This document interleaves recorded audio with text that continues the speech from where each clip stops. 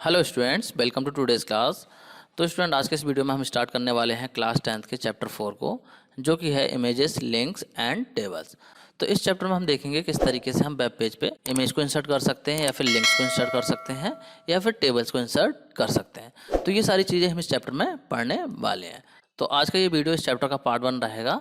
तो चलिए करते हैं आज के इस वीडियो को स्टार्ट और डिस्कस करते हैं इस चैप्टर को। तो सबसे पहले बात करते हैं हम किस तरीके से इमेज को इंसर्ट कर सकते हैं। तो इमेज को इंसर्ट करने से पहले हम देखेंगे कि एक्चुअली में जो इमेज हैं वो होती क्या है, मतलब कि इनको इंसर्ट करने की वेब पेज पे ज़रूरत क्यों पड़ती है। तो देखिए, इमेजेस जो होती हैं वो आपके वेब पेज को ब्यूटीफाई करने के लिए यूज होती हैं, जिससे कि जो कॉम्प्लेक्स चीज़ें हैं आपके वेब पेज पे उनको आप इजीली एक्सप्लेन कर सकें। मतलब कि जो कॉन्सेप्ट हैं कॉम्प्लेक्स, उनको आप इमेजेस की हेल्प से इजीली एक्सप्लेन कर सकें। इसीलिए हमें इमेजेस को वेब पेज पे इंसर्ट करने की रिक्वायरमेंट होती है, और ये जो हमारे वेब पेज को ब्यूटीफाई भी करती हैं। तो ये तो बात हो गई कि इमेजेस की रिक्वायरमेंट होती क्या है।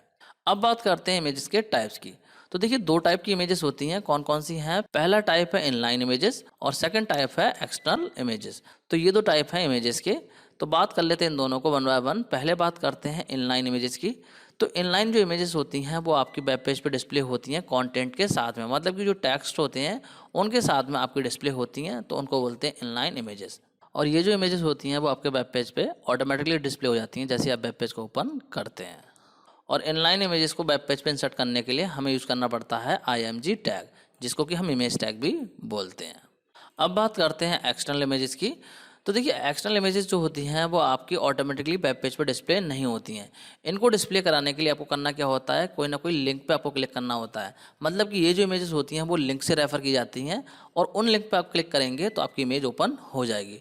तो इस टाइप की इमेजेस को लिंक करने के लिए हम यूज़ करते हैं एंकर टैग को, जो कि हमारा होता है ए टैग। इस तरीके से इसको रिप्रेजेंट करते हैं। तो इस टैग की हेल्प से हम एक्सटर्नल इमेजेस को लिंक करते हैं वेब पेज पे।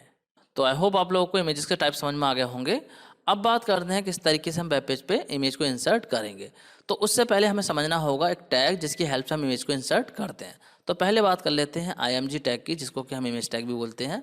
तो बात करते हैं इस टैग का काम क्या होता है। देखिए, ये जो टैग है हमारा IMG टैग, इसको यूज़ करते हैं हम वेब पेज पे इमेज को ऐड करने के लिए। मतलब कि जो हमारा HTML डॉक्यूमेंट है, अगर हमें उसमें इमेज को इंसर्ट करना है तो हम यूज़ करते हैं IMG टैग को। और ये जो है एम्प्टी टैग है, मतलब कि इस टैग को क्लोज करने की रिक्वायरमेंट नहीं होती है। और इस टैग के साथ में बहुत सारे एट्रीब्यूट यूज होते हैं, जिसकी हेल्प से जो है आप इमेज को स्पेसिफाई कर सकते हैं। तो चलिए बात करते हैं कौन कौन से एट्रीब्यूट होते हैं इमेज टैग के। पहला एट्रीब्यूट है इमेज टैग का SRC। तो बात करते हैं SRC एट्रीब्यूट का काम क्या होता है। तो देखिए, SRC जो एट्रीब्यूट है वो हेल्प करता है हमें डिफाइन करने में इमेज के सोर्स को। मतलब कि जो इमेज है वो कहाँ से इंसर्ट होगी आपके वेब पेज पे, उसको डिफाइन करने में हेल्प करता है हमारा SRC एट्रीब्यूट। तो सिंपली हम कह सकते हैं कि SRC एट्रीब्यूट की हेल्प से हम क्या कर सकते हैं, इमेज की लोकेशन को डिफाइन कर सकते हैं कि जो हमारी इमेज है जो हम इंसर्ट कर रहे हैं वेब पेज पे, वो हम कंप्यूटर से कर रहे हैं या फिर वेब पेज से कर रहे हैं। और अगर कंप्यूटर से कर रहे हैं तो कंप्यूटर में कौन सी ड्राइव या कौन से फोल्डर से कर रहे हैं, वो सारी लोकेशन जो है हम SRC एट्रीब्यूट की हेल्प से डिफाइन करते हैं। इसको और क्लियरली इसके सिंटैक्स से समझते हैं।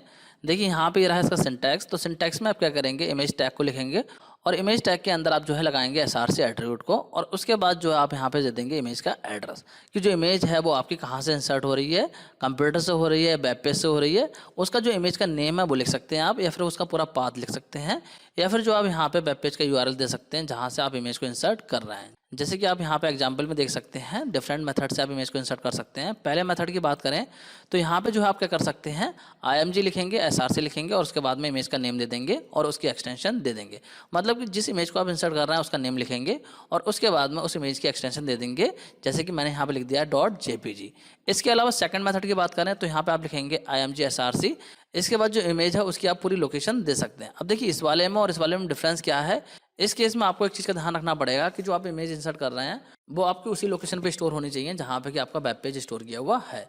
मतलब कि इमेज और वेब पेज जो है वो आपके दोनों ही एक ही लोकेशन पे होने चाहिए, चाहे वो आप डेस्कटॉप पे कर रहे हैं या किसी फोल्डर के अंदर कर रहे हैं, दोनों ही चीज़ें जो हैं वो एक ही जगह पे होनी चाहिए। क्योंकि अगर आप ऐसा नहीं करते हैं, आप इमेज का नेम लिख के और सिंपली उसकी एक्सटेंशन दे देते हैं, और जो इमेज है वो आपकी किसी और लोकेशन पे है और जो आपका वेब पेज है वो किसी और लोकेशन पे है, तो हो सकता है जो आपकी इमेज है वो प्रॉपर तरीके से वेब पेज पे इंसर्ट ना हो। लेकिन सेकंड मेथड में जो आप लिखते हैं पाथ, मतलब कि जो पाथ आप पूरा दे रहे हैं इमेज का, तो इमेज आपके कहीं पे भी हो आपकी स्टोर की हुई, वो आपके वेब पेज पे इंसर्ट हो जाएगी। क्योंकि यहाँ पे जो हम इमेज का पूरा पाथ दे रहे हैं, तो इसीलिए जो आपकी इमेज है वो किसी भी लोकेशन पे हो सकती है, वो आपके वेब पेज पे इंसर्ट हो जाएगी। इसके अलावा तीसरे मेथड की बात करें तो यहाँ पर आप img लिखेंगे और इमेज का जो पाथ है वो दे देंगे। मतलब कि किसी वेब पेज से अगर आप इमेज ले रहे हैं तो उस वेब पेज का पूरा URL आप इस तरीके से दे सकते हैं। तो इस तरीके से इंटरनेट से भी आप इमेज को इंसर्ट कर सकते हैं अपने वेब पेज में। तो चलिए इन तीनों ही मेथड को मैं आपको प्रैक्टिकली करके दिखा देता हूँ। तो देखिए यहाँ पे करते हैं, मैंने नोटपैड प्लस प्लस को ओपन कर लिया है और यहाँ पे मैं लिखता हूँ कोड। तो सबसे पहले बेसिक सा कोड लिख लेते हैं, वही हम HTML, यहाँ पे लिख लेते हैं हेड, ये सारी चीज़ आपको पता ही है। इसके बाद टाइटल लिखते हैं हम, और टाइटल मान लीजिए मैं दे देता हूँ माय वेब पेज, ये मैंने टाइटल दे दिया यहाँ पे। इसके बाद टाइटल क्लोज कर देता हूँ एंड इसके बाद जो है मैं हेड को क्लोज कर देता हूँ। अब स्टार्ट करते हैं बॉडी को। इसके बाद बॉडी में मैं लिख देता हूँ कुछ कंटेंट, मान लीजिए लिख देता हूँ welcome to my web page and इसके बाद जो मैं क्लोज कर देता हूँ बॉडी को, ये मैंने बॉडी क्लोज कर दी एंड अब जो है मैं यहाँ पे HTML को क्लोज कर देता हूँ। ठीक है, तो ये हमारा बेसिक सा स्ट्रक्चर है जो कि आपको पता है ऑलरेडी। अब इसको सेव कर लेते हैं हम डेस्कटॉप पे। मैं यहाँ पे जाता हूँ सेव में, यहाँ पे लोकेशन सेलेक्ट कर लेता हूँ डेस्कटॉप, और एक काम करता हूँ डेस्कटॉप पे एक न्यू फोल्डर बना लेता हूँ मैं। इस फोल्डर का नेम रख देता हूँ मैं चैप्टर 4। इसको ओपन कर लेता हूँ। तो इस फोल्डर के अंदर ही हम सारा काम करने वाले हैं। तो यहाँ पे इस फाइल का नेम दे देता हूँ, मैं दे देता हूँ मान लीजिए image.html।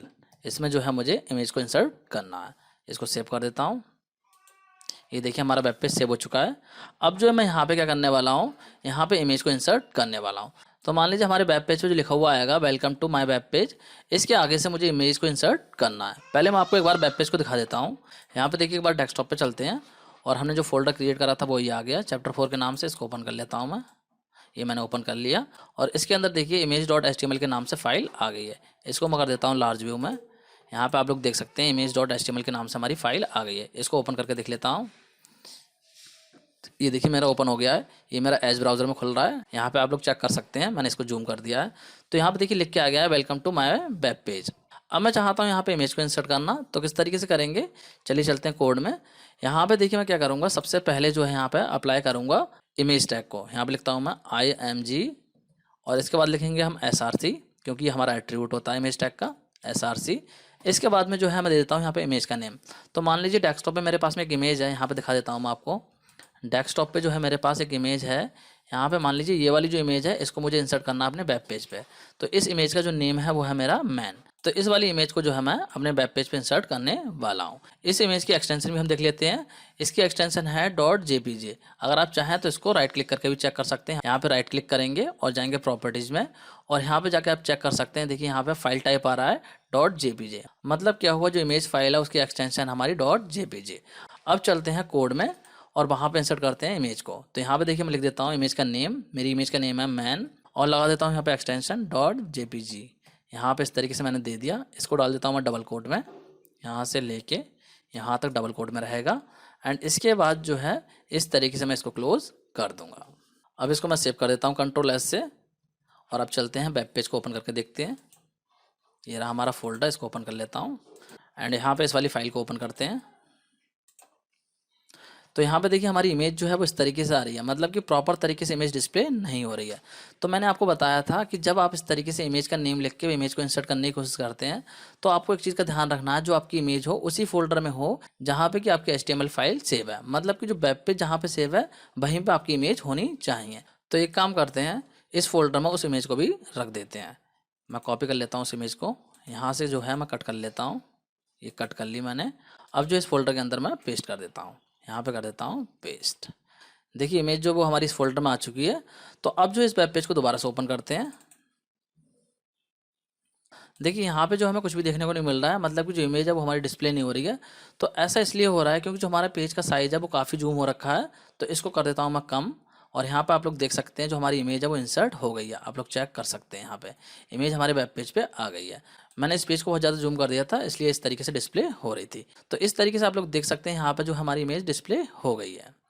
अब बात करते हैं सेकंड मेथड की, जिसमें कि हमने देखा था कि जो हमारी इमेज है वो किसी भी लोकेशन पर हो, वहाँ से हम इमेज को इंसर्ट कर सकते हैं।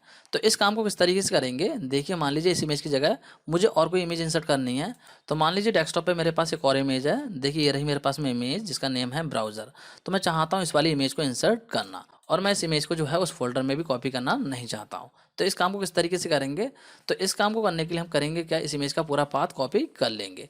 तो इमेज के पाथ को किस तरीके से कॉपी करेंगे, पाथ को कॉपी करने के लिए आपको अपनी इमेज को किसी भी वेब ब्राउज़र में ओपन कर लेना है। तो यहाँ पे देखिए मैं करता हूँ, राइट क्लिक करता हूँ इस पर, ओपन विद में जाता हूँ और यहाँ से जो है वेब ब्राउज़र को सिलेक्ट कर लेता हूँ। यहाँ पे देखिए कोई वेब ब्राउज़र नहीं आ रहा है, तो मैं जाऊँगा यहाँ पे चूज़ अनदर ऐप पे, इस पर क्लिक करूँगा एंड इसके बाद में देखिए यहाँ पे मुझे कोई ना कोई ब्राउज़र देखने को मिल जाएगा। अभी भी नहीं मिल रहा है तो यहाँ पे मोर ऐप में जाऊँगा और यहाँ पे देखते हैं कोई ब्राउज़र आ रहा है या नहीं आ रहा है।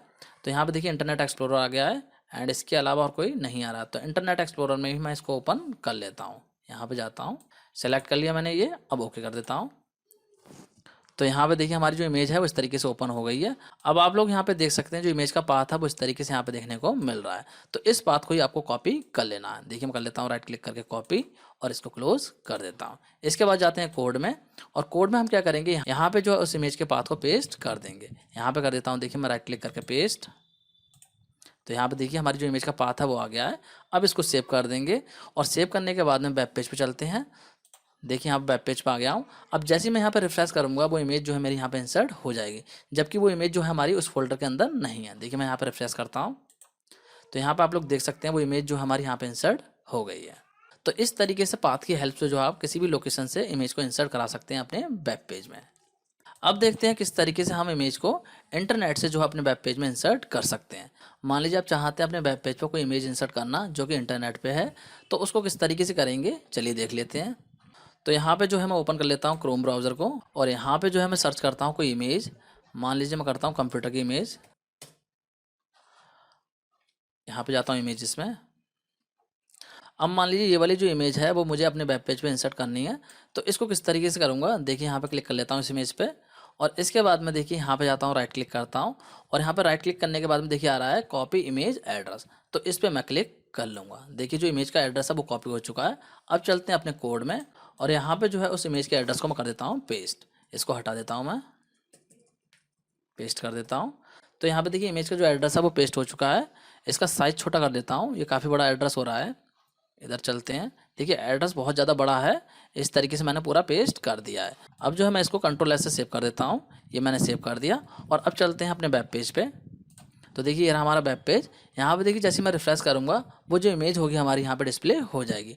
और इसमें एक चीज़ का ध्यान रखना, जो आपका कंप्यूटर है उस पर इंटरनेट चलना चाहिए, तभी जो पिक्चर है वो लोड होगी, क्योंकि यहाँ पे जो पिक्चर आएगी वो इंटरनेट से आएगी। तो मेरे कंप्यूटर पर नेट चल रहा है। यहाँ पर देखिए मैं रिफ्रेश कर देता हूँ। तो यहाँ पे आप लोग चेक कर सकते हैं जो इमेज थी हमारी यहाँ पे लोड हो गई है, मतलब कि इंटरनेट से यहाँ पे हमारी इमेज आ गई है। तो आई होप आप लोगों को ये तीनों मेथड समझ में आ गए होंगे कि इनकी हेल्प से किस तरीके से आप अपने वेब पेज पे इमेज को इंसर्ट कर सकते हैं। अब बात करते हैं इमेज टैग के कुछ और एट्रीब्यूट्स की। तो नेक्स्ट एट्रीब्यूट है हमारा ऑल्ट एट्रीब्यूट। तो बात करते हैं इस एट्रीब्यूट की कि इसका काम क्या होता है। तो देखिए ऑल्ट एट्रीब्यूट जो होता है वो यूज होता है स्पेसिफाई करने के लिए ऑल्टरनेट टैग्स टू इमेज। मतलब कि जो इमेज है उसके लिए जो है आप ऑल्टरनेट टैग्स डिफाइन कर सकते हैं ऑल्ट एट्रीब्यूट की हेल्प से। अब इसका मतलब क्या हुआ, इसका मतलब ये हुआ कि मान लीजिए आपने जो वेब पेज पे इमेज लगाई है वो आपकी लोड नहीं हो पा रही है। तो उस केस में आप चाहते हैं कि जब हमारी इमेज लोड ना हो पाए तो क्या हो, वहाँ पे इमेज की जगह पे टैग्स लिख के आ जाएं कि यहाँ पे जो इमेज है वो किस बारे में या किस चीज़ की इमेज है। तो उन टैग्स को पढ़ के यूज़र आईडी लगा सकता है कि जो इमेज थी वो किस चीज़ की यहाँ पे थी जो कि लोड नहीं हो पाई है। कई बार होता है जब हम इंटरनेट यूज़ कर रहे होते हैं तो कई बार हमारा इंटरनेट जो कनेक्शन होता है वो काफ़ी स्लो होता है, तो उस वजह से हमारी जो इमेज होती हैं वो लोड नहीं हो पाती हैं। तो ऐसे केस में हम चाहते हैं जो हमारा वेब पेज है उस पर जो इमेजेस हैं अगर वो लोड नहीं होती हैं तो उस केस में उनकी जगह पे क्या आ जाए, टैक्स लिख के आ जाए। तो उन टैक्स को डिस्प्ले कराने के लिए वेब पेज पे हम यूज़ करते हैं ऑल्ट एट्रीब्यूट को। किस तरीके से करते हैं देखिए यहाँ पे समझ लीजिए। मान लीजिए मुझे जो है वेब पेज पे इस तरीके से बाइक की इमेज को इंसर्ट करना है। तो इस केस में कोड किस तरीके से लिखूंगा, मैं यहाँ पे देखिए लिखूंगा IMG SRC और इस इमेज का नेम दूंगा bike.jpeg। मतलब कि जो इमेज है उसका नेम है बाइक और इसकी एक्सटेंशन है JPEG।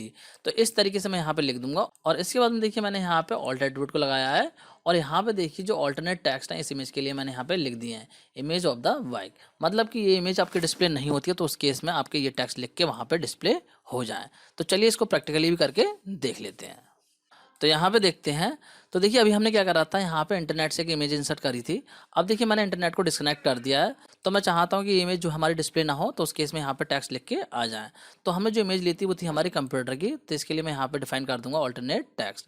यहाँ पे देखिए मैं कर देता हूँ ALT एट्रीब्यूट, और इसके बाद लिख देता हूँ यहाँ पे ऑल्टरनेट टेक्स्ट। मान लीजिए मैं लिख देता हूँ इमेज ऑफ कंप्यूटर, ये मैंने यहाँ पे लिख दिया।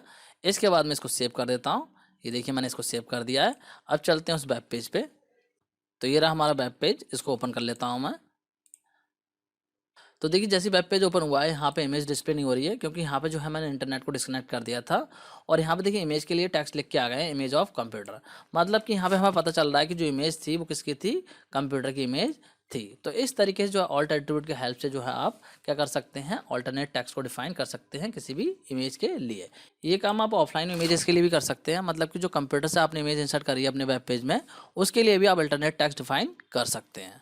और ये पूरा एक लाइन में क्यों आ रहा है, ये इसलिए आ रहा है क्योंकि यहाँ पे जो है मैंने BR टैग को यूज़ नहीं करा है। अगर मैं यहाँ पे BR टैग को यूज़ कर लूँगा तो ये लाइन हमारी ऊपर हो जाएगी, और ये जो पोर्शन है वो हमारा नेक्स्ट लाइन में आएगा। तो आई होप आप लोगों को ऑल्ट एट्रीब्यूट समझ में आ गया होगा। अब बात करते हैं नेक्स्ट एट्रीब्यूट की, जो कि है आपका अलाइन एट्रीब्यूट। तो देखिए अलाइन एट्रीब्यूट की हेल्प से जो आप इमेजेस को अलाइन कर सकते हैं वेब पेज पे। मतलब कि जो वेब पेज पे इमेजेस होंगी उनको अगर आपको अलाइन करना है तो वो आप कर सकते हैं अलाइन एट्रीब्यूट की हेल्प से। और जो अलाइन एट्रीब्यूट होता है वो आपका इनलाइन इमेजेस और फ्लोटिंग इमेजेस के साथ में डिफरेंटली वर्क करता है। तो बात करते हैं किस तरीके से इनलाइन इमेज को अलाइन करेंगे और किस तरीके से हम फ्लोटिंग इमेजेस को अलाइन करेंगे। यहाँ पे देखिए पहले बात करते हैं किस तरीके से इनलाइन इमेजेस को अलाइन करते हैं। तो देखिए इनलाइन इमेजेस वो इमेजेस होती हैं जिनको कि हम लाइन के बीच में इंसर्ट करते हैं। मतलब कि जो लाइंस हैं वो आपकी आ रही होती हैं और उन्हीं के साथ में जो हम इमेज को इंसर्ट करते हैं। तो इनलाइन इमेजेस को जो हम 3 स्टाइल में अलाइन कर सकते हैं। कौन कौन से 3 स्टाइल हैं? पहला है यहाँ पे टॉप, सेकंड है मिडिल एंड थर्ड है बॉटम। ये 3 स्टाइल हैं जिसमें कि आप इनलाइन इमेजेस को अलाइन कर सकते हैं। तो चलिए इसको और क्लियरली एग्जाम्पल से समझते हैं। यहाँ पे देखिए, यहाँ पे जो एग्जाम्पल दिया है मैंने, इस एग्जाम्पल में समझिए। पहले वाले एग्जाम्पल में यहाँ पे देखिए मैंने करा है अलाइन टॉप। मतलब कि मेरे पास में एक इमोजी के नाम से इमेज है जिसको कि मैंने यहाँ पे इंसर्ट करा है और इसको अलाइन करा है टॉप। तो टॉप अलाइन करेंगे तो इसका मतलब क्या हुआ, जो टेक्स्ट है आपके वो टॉप पे आएंगे। जैसे कि यहाँ पे आप आउटपुट देख सकते हैं।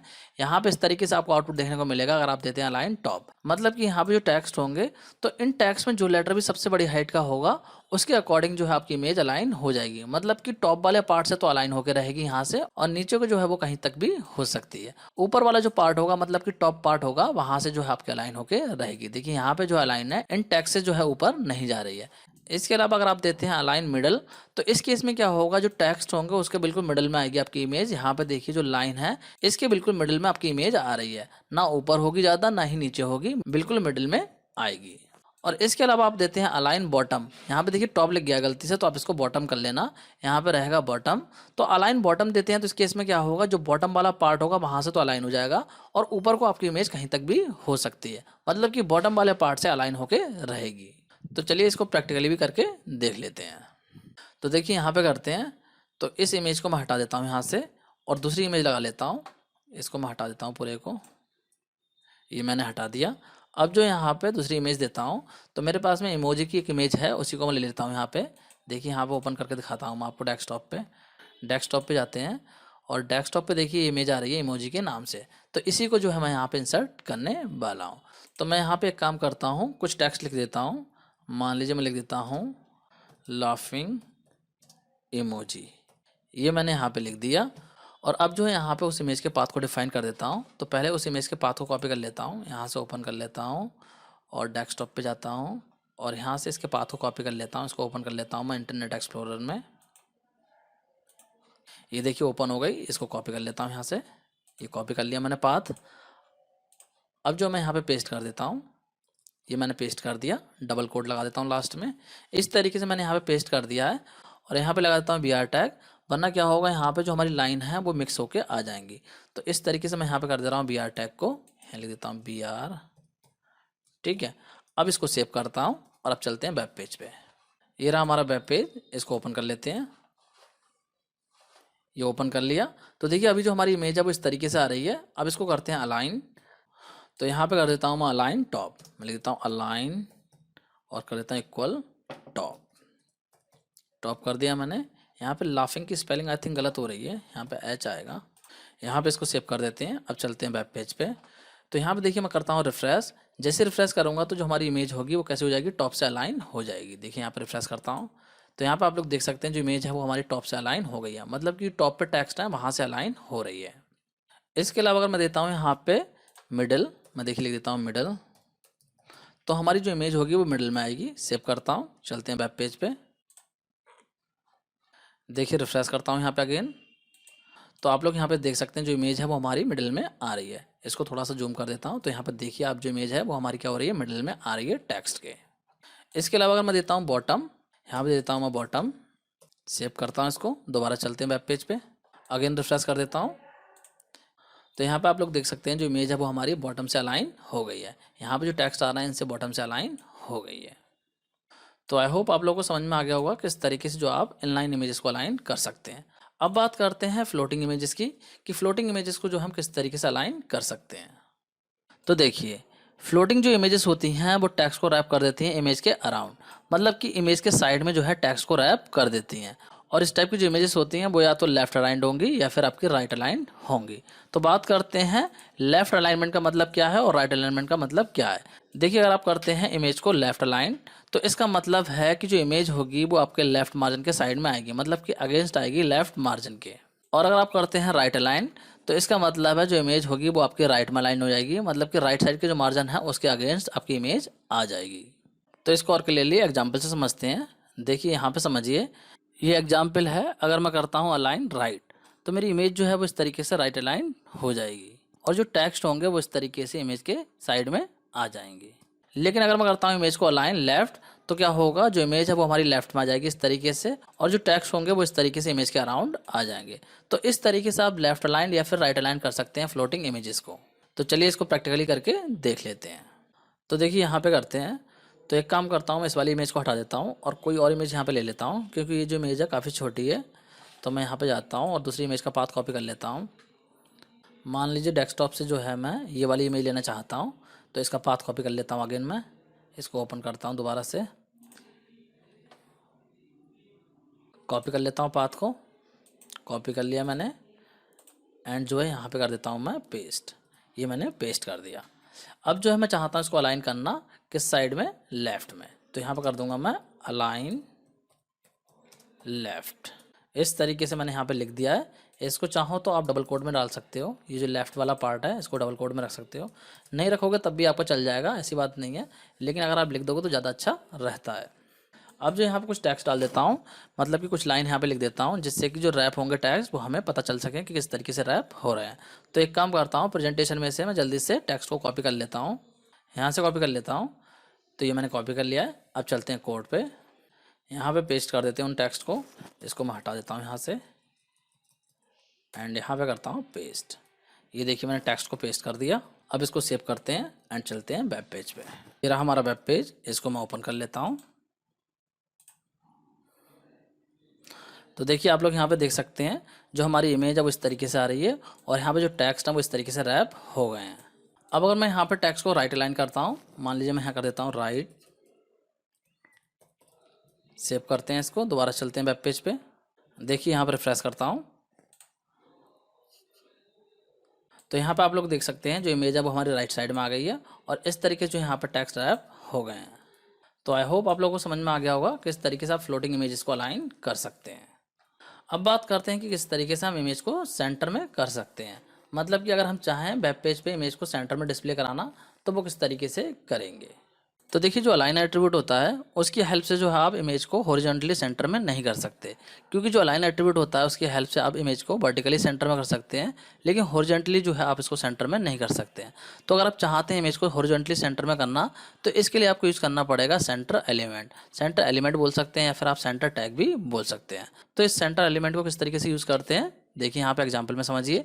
यहाँ पे मान लीजिए वेब पेज पे आपने एक इमेज इंसर्ट करी है जो कि है आपकी नेचर की इमेज, तो आपने इस तरीके से IMG टैग का यूज़ करके इसको इंसर्ट कर लिया है। अब इस इमेज को सेंटर में करने के लिए बस आपको करना क्या होगा, जो IMG टैग है उसके आगे सेंटर टैग को लगा देना है और उसके बाद में जो है सेंटर टैग को क्लोज कर देना है। तो ऐसा करने से क्या होगा, जो आपकी इमेज होगी इस तरीके से सेंटर में आ जाएगी। तो चलिए इसको प्रैक्टिकली भी करके देख लेते हैं। देखिए यहाँ पे करते हैं। तो इस अलाइन एट्रीब्यूट को मैं यहाँ से हटा देता हूँ, इसकी कोई रिक्वायरमेंट नहीं है, इसको मैं यहाँ से हटा रहा हूँ। और इसके बाद में जो है यहाँ पे लिख दूंगा मैं सेंटर। सेंटर टैग को मैं यहाँ पे लगा दूंगा, सेंटर इस तरीके से लिख दूंगा और इसके बाद में यहाँ पे कर दूंगा क्लोज। इस तरीके से यहाँ पे सेंटर टैग को कर दूंगा क्लोज। अब जो इसको सेव करते हैं और अब चलते हैं वेब पेज पे। तो यहाँ पे देखिए हमारी इमेज जो है इस तरीके से आ रही है। अब मैं करता हूँ यहाँ पे रिफ्रेश। तो यहाँ पे आप लोग चेक कर सकते हैं जो इमेज है वो हमारी इस तरीके से सेंटर में आ गई है। यहाँ पे देखिए मैंने पेज को छोटा करा है, तो इस तरीके से आप लोग देख सकते हैं जो इमेज है वो वेब पेज के सेंटर में आ गई है। तो आई होप आप लोग को समझ में आ गया होगा कि किस तरीके से आप इमेज को सेंटर में कर सकते हैं सेंटर टैग का यूज़ करके। अब बात करते हैं इमेज टैग के बॉर्डर एट्रीब्यूट की। तो देखिए बॉर्डर एट्रीब्यूट का काम क्या होता है, ये जो है आपके इमेज पे बॉर्डर अप्लाई करने के लिए यूज होता है। मतलब कि जो इमेज आ रही है उसके चारों तरफ अगर आपको बॉर्डर अप्लाई करना है तो वो आप कर सकते हैं बॉर्डर एट्रीब्यूट की हेल्प से। और यहाँ पे जो बॉर्डर एट्रीब्यूट की आप वैल्यू देंगे वो आप पिक्सल्स में देंगे। किस तरीके से करेंगे इसको चलिए समझ लेते हैं। यहाँ पे देखिए रहा एग्जाम्पल, तो इस एग्जाम्पल में समझिए यहाँ पे मैंने क्या करा है, नेचर की एक इमेज को इंसर्ट करा है और यहाँ पे देखिए मैंने अप्लाई कर दिया है बॉर्डर। मतलब कि बॉर्डर एट्रीब्यूट लगा दिया है और इक्वल करके यहाँ पे दे दिया है मैंने उसका साइज, मतलब पिक्सल्स में दे दिया है 5। तो 5 पिक्सल का जो बॉर्डर होगा वो इमेज पे अप्लाई हो जाएगा। इस तरीके से जो आपको इमेज दिखने लगेगी। तो चलिए इसको प्रैक्टिकली भी देख लेते हैं। देखिए यहाँ पे करते हैं, तो यहाँ अप्लाई कर देता हूँ मैं बॉर्डर एट्रीब्यूट को, यहाँ लिख देता हूँ बॉर्डर एंड यहाँ पे वैल्यू देता हूँ इसकी, मान लीजिए देता हूँ मैं 10। इस तरीके से मैंने यहाँ पे 10 वैल्यू दे दी है। इसको सेव करते हैं और अब चलते हैं वेब पेज पे। तो देखिए यहाँ पे जो हमारी इमेज आ रही है इस पर कोई भी बॉर्डर अप्लाई किया हुआ नहीं है। अब जैसे ही मैं यहाँ पे रिफ्रेश करूँगा इस इमेज पे बॉर्डर अप्लाई हो जाएगा। देखिए मैं रिफ्रेश करता हूँ तो यहाँ पे आप लोग चेक कर सकते हैं बॉर्डर अप्लाई हो गया है। तो आई होप आप लोग को समझ में आ गया होगा बॉर्डर एट्रीब्यूट का यूज़ करके आप किस तरीके से इमेज पे बॉर्डर अप्लाई कर सकते हैं। अब बात करते हैं इमेज टैग के हाइट एंड विड्थ एट्रीब्यूट की। तो देखिए हाइट एंड विड्थ जो एट्रीब्यूट होता है इसकी हेल्प से हम इमेज की हाइट एंड विड्थ को एडजस्ट कर सकते हैं। मतलब अगर आपने अपने वेब पेज पर कोई ऐसी इमेज इंसर्ट कर ली है जिसका साइज़ बहुत ज़्यादा है तो उसकी साइज़ को जो है आप एडजस्ट कर सकते हैं अपनी रिक्वायरमेंट के according height and width attribute की हेल्प से। और यहाँ पे जो वैल्यू देंगे इन एट्रीब्यूट के साथ में वो आप इंटीजर में दे सकते हैं या फिर परसेंटेज में दे सकते हैं। जैसे कि मान लीजिए आपने ये इमेज इंसर्ट करी है तो इसकी हाइट एंड विड्थ को आप एडजस्ट करना चाहते हैं, मतलब कि कम करना चाहते हैं, इस तरीके से आप चाहते हैं छोटा करना, तो आप इसको किस तरीके से करेंगे। तो इसको यहाँ पे एग्जांपल में समझिए। यहाँ पे देखिए मैंने क्या करा है, यहाँ पे इमेज को इंसर्ट करा है, जो मेरी इमेज है nature.jpg के नाम से, इसको मैंने इंसर्ट कर लिया है। इसके बाद में देखिए मैंने यहाँ पे लगाया हाइट एट्रीब्यूट और यहाँ पे हाइट दे दी है 50% और यहाँ पे लगाया विड्थ एट्रीब्यूट और यहाँ पे विड्थ दे दी है मैंने 50%। तो इस तरीके से क्या होगी, जो हाइट होगी मेरी वो 50% हो जाएगी और जो विड्थ होगी वो भी 50% हो जाएगी। तो चलिए इसको प्रैक्टिकली भी करके देख लेते हैं। तो देखिए यहाँ पे करते हैं, तो एक काम करते हैं इस इमेज को हटा देते हैं और कोई ऐसी इमेज को यहाँ पे इंसर्ट करते हैं जिसका साइज़ बहुत ज़्यादा हो। तो यहाँ पे मैं इस इमेज को हटा रहा हूँ, इस पूरे को हटा दे रहा हूँ मैं और चलते हैं उस फोल्डर में, वहाँ से दूसरी इमेज को लेते हैं। यहाँ पे जाता हूँ, ओपन करता हूँ मैं और यहाँ से जो है हम सेलेक्ट कर लेते हैं ये वाली इमेज, जो हमारी मेन वाली इमेज है इसको हम सेलेक्ट कर लेते हैं। तो ये हमारी इसी फोल्डर में डायरेक्टली हम क्या कर सकते हैं, इसका नेम लिख सकते हैं। तो यहाँ पे मैं कोड में डायरेक्टली नेम लिख देता हूँ। यहाँ पे लिख देता हूँ इमेज का name img src equal man.jpg। इस तरीके से मैंने यहाँ पे दे दिया है। अब इसको सेव करते हैं और ओपन करते हैं वेब पेज को। ये रहा हमारा वेब पेज, इसको ओपन कर लेते हैं। तो यहाँ पे देखिए जो हमारी इमेज है वो इस तरीके से आ रही है, मतलब कि काफ़ी बड़ी साइज़ में आ रही है। तो इसको एडजस्ट करने के लिए हम क्या करेंगे, वहाँ पे हाइट एंड विड्थ एट्रीब्यूट को यूज़ करेंगे। तो चलिए इसको कर लेते हैं। देखिए यहाँ पे करते हैं, तो यहाँ मैं लगा देता हूँ हाइट इक्वल करके यहाँ पे देता हूँ इसकी वैल्यू। आप चाहो तो परसेंट में दे सकते हो या फिर डायरेक्टली इंटीजर वैल्यू भी दे सकते हो। तो मैं यहाँ पे परसेंट में दे रहा हूँ 50% एंड इसके बाद देता हूँ विड्थ भी मान लीजिए मैं 50% ही रख रहा हूँ। इसको सेव करते हैं। अब चलते हैं वेब पेज पे। देखिए यहाँ पे रिफ्रेश करता हूँ अब। तो देखिए यहाँ पे आप लोग देख सकते हैं जो इमेज है वो हमारी एडजस्ट हो गई है। मतलब कि इस इमेज की जो हाइट है वो 50% है और जो विड्थ है वो भी 50% है। अगर आप चाहो हाइट को बढ़ाना तो वो आप बढ़ा भी सकते हो। देखिए यहाँ पे जो है मैं बढ़ा देता हूँ थोड़ी सी, यहाँ पे कर देता हूँ मैं 80%। सेव करता हूँ, दोबारा से वेब पेज पे चलते हैं, रिफ्रेश करता हूँ यहाँ पे अगेन। तो यहाँ पे देखिए जो हाइट है वो हमारी इस तरीके से इंक्रीज हो गई है। तो अपनी रिक्वायरमेंट के अकॉर्डिंग जो है वो हाइट एंड विड्थ को आप एडजस्ट कर सकते हैं। तो आई होप आप लोगों को हाइट एंड विड्थ एट्रीब्यूट का यूज़ समझ में आ गया होगा कि इसकी हेल्प से आप किस तरीके से किसी भी इमेज की हाइट एंड विड्थ को एडजस्ट कर सकते हैं। अब बात करते हैं H space and B space attribute की। तो देखिए एच स्पेस एंड जो बी स्पेस एट्रीब्यूट हैं इनको यूज़ करते हैं हम हॉरिजॉन्टल और वर्टिकल स्पेस को सेट करने के लिए। मतलब कि जो इमेज आप इंसर्ट करेंगे वेब पेज पे तो उसके अराउंड जो है आप सेट कर सकते हैं वर्टिकल और हॉरिजॉन्टल स्पेस को इन एट्रीब्यूट्स की हेल्प से। और यहाँ पे जो वैल्यू देंगे इन एट्रीब्यूट्स की वो आप दे सकते हैं पिक्सल्स की फॉर्म में। तो चलिए इसको एग्जाम्पल से और क्लियरली समझते हैं। देखिए यहाँ पे इस तरीके से आपने वेब पेज पे इमेज इंसर्ट करी है और यहाँ पे जो आप चाहते हैं इस तरीके से वर्टिकल स्पेस को सेट करना है। यहाँ पे देखिए जो टेक्स्ट आ रहा है तो इसके बाद में जो स्पेस आ रहा है ये जो हमारा वर्टिकल स्पेस है, और इसी तरीके से यहाँ पे जो टेक्स्ट आ रहा है इसके बाद में देखिए इतना स्पेस यहाँ पे देखने को मिल रहा है इमेज के साथ में, तो ये जो हमारा हॉरिजॉन्टल स्पेस है।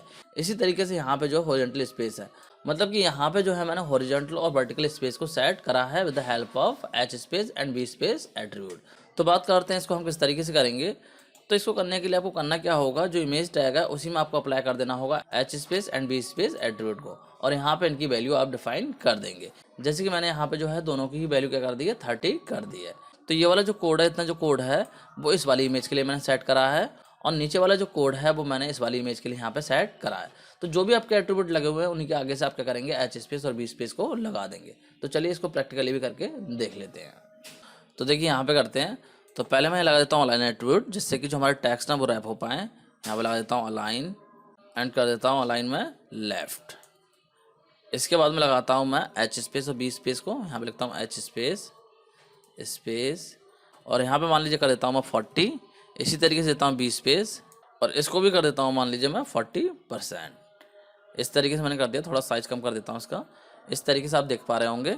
अब इसको सेव कर देते हैं और चलते हैं वेब पेज पे। देखिए यहाँ पे मैं रिफ्रेश कर देता हूँ, तो यहाँ पे जो हमें कोई भी इफेक्ट देखने को नहीं मिल रहा है। कुछ लग रहा है कोड में मिस्टेक कर दी है मैंने, चेक कर लेते हैं एक बार। यहाँ पे चेक करते हैं क्या मिस्टेक हुई है। ओके, यहाँ पे मिस्टेक ये हुई है, यहाँ पे मैंने कॉमा लगा दिया है, तो इस कॉमा को मैं यहाँ से हटा देता हूँ और अब इसको सेव करते हैं और अब अगेन चलते हैं वेब पेज पे। अब अगेन रिफ्रेश करते हैं यहाँ पे। तो यहाँ पे आप लोग देख सकते हैं जो इमेज है वो हमारी लेफ्ट में अलाइन हो गई है, और यहाँ पे अगर आप देख पा रहे होंगे तो यहाँ पे जो वर्टिकल स्पेस है वो सेट हो गया है। अगर मैं पेज को जूम करूँगा तो यहाँ पे आपको हॉरिजॉन्टल स्पेस भी देखने को मिल जाएगा। देखिए मैं जूम करता हूँ तो यहाँ पे आप लोग नीचे देख पा रहे होंगे हॉरिजॉन्टल जो स्पेस है वो भी हमारे यहाँ पे सेट हो गया है। तो इस तरीके से एच स्पेस और बी स्पेस टैग की हेल्प से आप वर्टिकल और हॉरिजॉन्टल स्पेस को सेट कर सकते हैं। तो आई होप आप लोग को इमेज टैग का एच स्पेस और बी स्पेस एट्रीब्यूट समझ में आ गया होगा। अब हम डिस्कस करेंगे लिंकिंग को, कि किस तरीके से हम वेब पेजेस को आपस में लिंक कर सकते हैं। तो स्टूडेंट, लिंकिंग को हम डिस्कस करेंगे नेक्स्ट वीडियो में। आज के इस वीडियो को यहीं पे एंड करते हैं, नेक्स्ट वीडियो को यहीं से कंटिन्यू करेंगे। So student, that's it for this video. Thanks for watching.